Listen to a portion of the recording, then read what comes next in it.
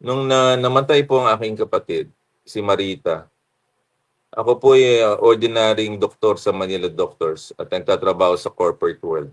Naisip ko, paano mamamatay ang aking kapatid or ang aking ina na hindi nila alam sila'y may sakit?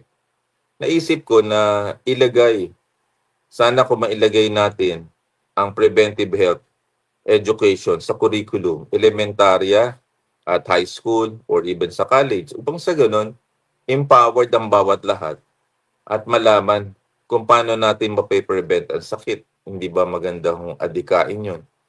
Pero naisagawa natin sa pagboboluntaryo. So something that is personal to me, kaya relentless for change.